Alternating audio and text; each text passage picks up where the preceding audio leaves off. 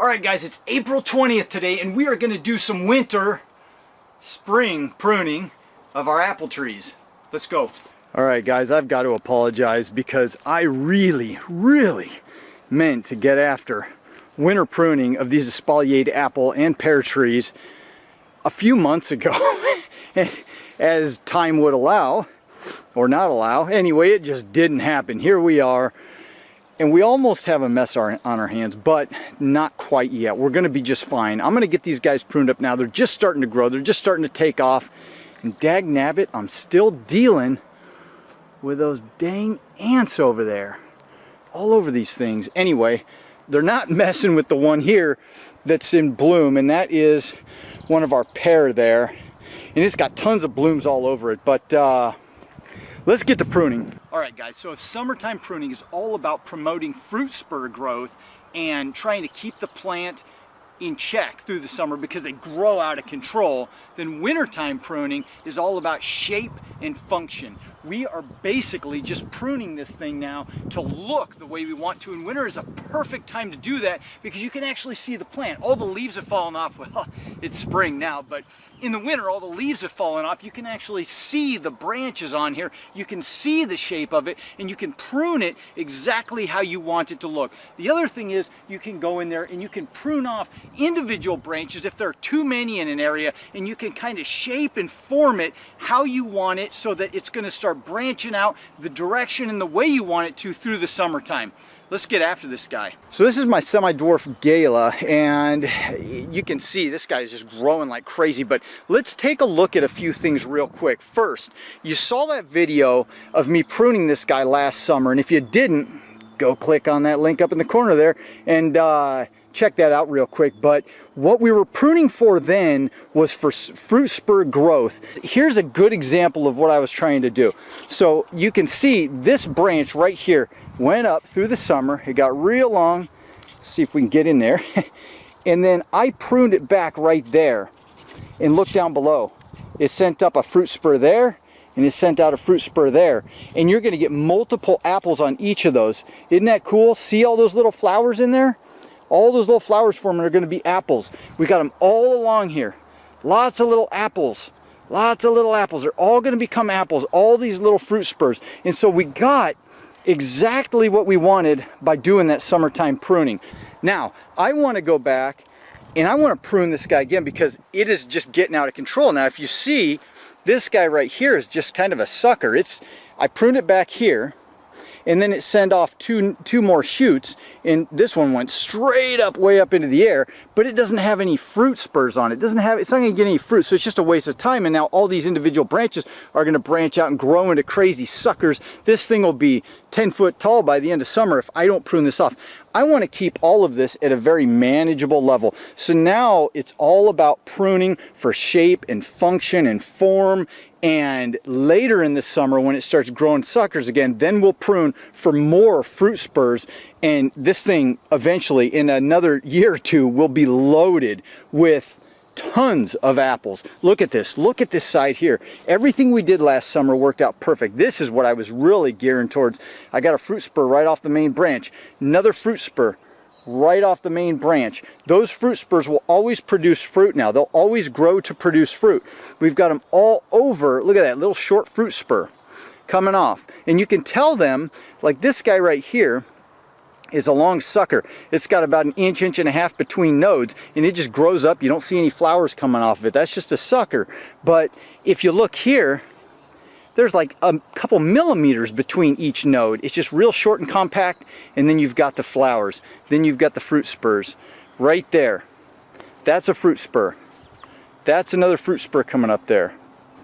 These guys, look at that, loaded with little fruit spurs. That all happened because of the summertime pruning. If we didn't do the summertime pruning, that wouldn't happen. But let's start pruning this guy for form and function. So like I said, I want to cut off all of these tall suckers here, but I also want to kind of shape the tree the way I want it to grow. And I kind of want to leave a little bit more height going up over here because I only did two. You know, this is all espalier pruning, and I only did 2 tiers instead of 3. Sometimes people do 3 or 4 or even 5. I just did the 2. I want to keep it simple, and then my thought was to let these branches grow up high and have fruit spurs all over them underneath, and have one main branch holding them, and this one to grow up higher, just at arm's length, maybe a foot, foot and a half, and then have fruit spurs growing all along them. So I don't want to take too much off. Some of this I might leave, or I might even nip just the top to encourage more lateral branching. But this kind of stuff right here is inside growth. Now I got a fruit spur right here. It's going to take a little time, but I've got a fruit spur right here. I don't want to take that. But this is just growing inside the tree. So what we can do here, but I do want to keep some of this growth up here. But what's going to happen is some of these branches are going to be suckers during the summer, and then I'll prune them for fruit spurs. So I want to leave some of these little suckers here. I got the branch coming up. It's growing inside. This is probably, see how this little bud right here is going to want to grow into the tree more. This one's going to grow out where there's nothing. So I want to keep this guy right here. This isn't going to do me any good though, so I'm going to snip it right there. And then I'm going to go along this tree like that and snip most of the branches around that height. Now all these little blooms or little buds here are going to grow on into suckers, I'm sure, because we're not pruning for fruit spurs right now. Then those suckers, once they get up in height, we'll prune them back and they'll get fruit spurs all over them. Then I'll have fruit growing all along the main trunk, and I'll have it growing along these other branches growing up a little bit higher, and we'll have just this whole wall of fruit right here. So I'm going to get after these guys. I hope I explained that well. I'm going to trim all this back and you can kind of see what I've got.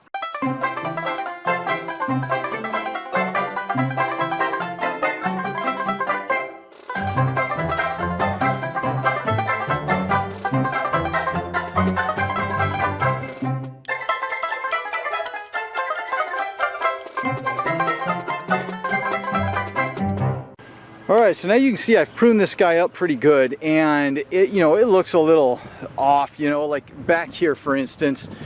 I left this branch, even though it's kind of growing way out there, because it's got a little fruit spur at the top, and we're going to get some fruit actually in a couple places, and I'll leave it. The cool thing about this is, don't ever let anybody tell you you're doing it wrong, because this thing is going to grow for decades to come, and you can always prune branches that you don't like how they turned out. It's not going to hurt anything. It's not going to bother anything. So like right here, somebody might say, well, you definitely want to get rid of that branch because it's growing inside into the center of the tree. You always want to prune to where the branches are going out towards the light and keeping the center open and airy. And that's true. And over the years, that is how I'm going to prune this tree. But right now it's young, it's small. I've got a fruit spur right there. I'm going to leave that. I might come and take this branch off just because it's growing in. There's actually no fruit spurs. I probably will take that branch off, and I might take this one off. But like some of these that are kind of weird and just sticking out there in the middle of nowhere, it's got several fruit spurs. I want to get some fruit off of them, and then I can come back next winter all the way at the base of that and take that whole branch off and start over and encourage other branches to go out into that area. So it's an art form, guys. It's not an exact science. Don't ever let anybody tell you you're doing this wrong. And the best way you can learn is just by doing it. Anyway, we've got loads of little flower buds just starting to peek open right now, and they're all going to be turning into apples eventually. And this tree is already going to be loaded. It's only been in the ground a couple of years now, and then through the summer we're going to get tons and tons of lateral growth off of this guy, and it's going to get or vertical growth off this guy, and it's going to get pruned back again in the middle of summer, and we're going to encourage more fruit spurs. So the cool thing, like I said, about this is, if I come back in a couple of years and I don't like this branch where it's at, I just snip it off right there, and we'll encourage other branches to grow into that spot. So it's an art, not a science. Now I'm going to finish up with the rest of these guys, and we're going to see how it all turns out. Oh, and one more thing, guys. You always want to look down at the base, and you can see right now the rootstock has actually grown a little sucker up out of it, and that's not going to ever amount to anything. So you always want to come through when you're pruning these guys in the winter time and just hack that off. Keep all that energy going up through the graft union and into the main tree, because this right here is going to produce the fruit that you want. All right, so I got everything cleaned up, guys, and there it is. Isn't that just cool? I just love these espalier trees, man. They just look so fantastic. And you can walk down this entire row and just pick apples, and it's just going to be, you know, a smorgasbord of apples when these guys get older and mature. And they've got, I mean, look at this. Everything's working the way it should be. Tons of little fruit spurs. And now I've pruned up my main structure. Right now we're in the first few years, so we're just kind of building our scaffolding. We're building our structure, and we're gonna come back like, yeah, shoot, now that I've done this, I may come out here again and I may snip that off because I don't want things growing downward here. But the main thing you want to do is you just want to get your scaffolding, your main structure in place. Now, over the time, I may come out and I may take this one out because it's growing into the center of the plant. I may take this one out right here because it's growing back into the center of the plant. Some of these will come out, but right now we're okay. I just want to get the main structure, like I've said, overall for the whole plant. And that's exactly what we're building. I'm really excited to see these guys start budding and flowering and get some apples on them. The only thing I'm struggling with so far, like I've told you before, we've got 3 apples here and then we've got 3 pears. The only area I'm struggling is right here on this Bartlett. I've got ants galore climbing up this Bartlett and they're tearing the heck out of all the new leaves. And I don't know why.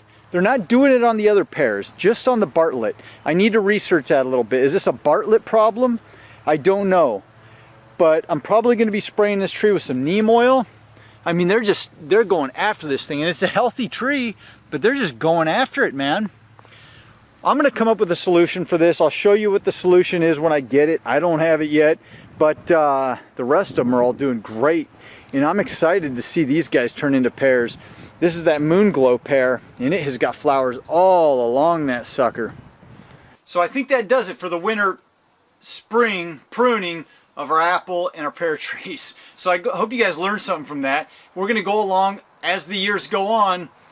We're going to be pruning those guys and showing you what we do, and I can't wait to see it, man. I just love the art form. I love how those espalier trees look as they get older and more mature, and I love how they produce. They produce tons of fruit because you've got just a huge root system supporting a smaller tree, and all of the branches are manageable. All of the fruit is at a manageable height where you can grab all of it and you're not climbing up into a tree. So it's just an awesome way to go, guys, and I hope you guys appreciate it and like these videos that I'm doing with the espaliered apples. If you did, hit the like button, subscribe if you guys want to follow along.